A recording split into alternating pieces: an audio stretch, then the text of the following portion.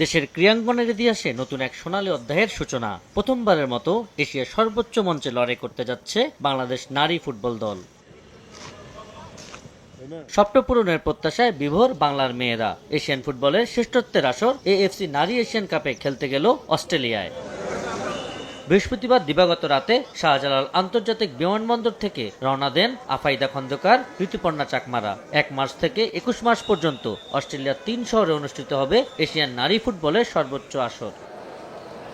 অভিজ্ঞতা ও অর্জনে বাংলাদেশের সঙ্গে চীন, কোরিয়া ও উজবেকিস্তানের পার্থক্যটা যোজন যোজন। তবুও ভালো খেলার প্রত্যয় নিয়ে শিষ্যদের নিয়ে রওনা হয়েছেন কোচ পিটার বাটলার। 3 মার্চ বাংলাদেশের প্রতিপক্ষ 9 বারের চ্যাম্পিয়ন চীন।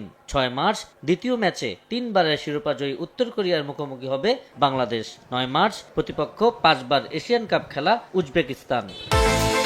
বিকাশ পেমেন্টে 10,000 টাকার বেশি অফার। শপিং চলছে তো।